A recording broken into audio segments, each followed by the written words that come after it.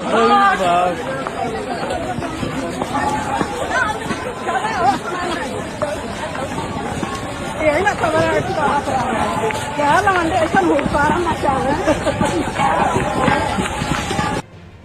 साथियों, बधाई हो। भारत अब वाकई बदल रहा है। पहले हम एक देश थे, अब हम एक इवेंट बन चुके हैं। हमारे प्रधानमंत्री मोदी जी ने एक अद्भुत कीर्तिमान स्थापित किया है। उन्होंने समस्या को समाधान बताने की एक ऐसी कला विकसित की है कि भूखा आदमी भी थाली बजाकर खुश हो जाए कि चलो शोर तो हुआ।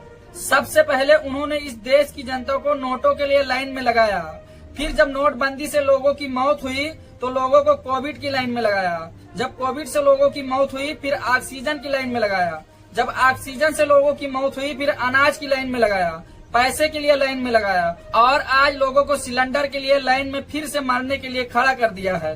भारत देश के प्रधानमंत्री मोदी एक ऐसे प्रधानमंत्री बनेंगे जिन्होंने नागरिकों को भेड़ बकरी की तरह लाइन में लगना सिखाया।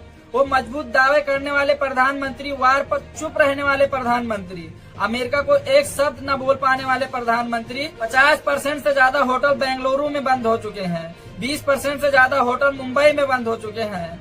LPG गैस के दाम बढ़ चुके हैं। चूड़ी तोड़ने वाली स्मृति दीदी दिखाई नहीं दे रही हैं। लोग परेशान हैं और प्रधानमंत्री के मुंह पर टैप लगाकर चुनाव प्रचार में व्यस्त हैं। इतिहास याद रखेगा कि एक दौर ऐसा भी आया था जब सपनों को हकीकत बताकर बेचा गया। उन्होंने सबसे पहले हमें अच्छे दिन की लाइन में लगाया, जहां दिन तो वही थे, बस कीमतें अच्छी हो गई थी। फिर उन्होंने हमें डिजिटल इंडिया की लाइन में खड़ा किया, जहां नेटवर्क तो नहीं मिला पर खाली जेबों का डाटा चोरी हो गया। आज जब युवा डिग्री लेकर नौकरी के लिए लाइन में खड़ा है तो उसे कहा जा रहा है कि पकोड़े तलना भी रोजगार है। टीवी स्टूडियो के बाहर कोई पकोड़े बेचता है और शाम को 200 रुपया कमा करके घर जाता है, उस व्यक्ति को आप रोजगार मानोगे? खूब तरक्की की है। जिस देश का भविष्य लेबोरेटरी में होना चाहिए उसे कढ़ाई के सामने खड़ा कर दिया है।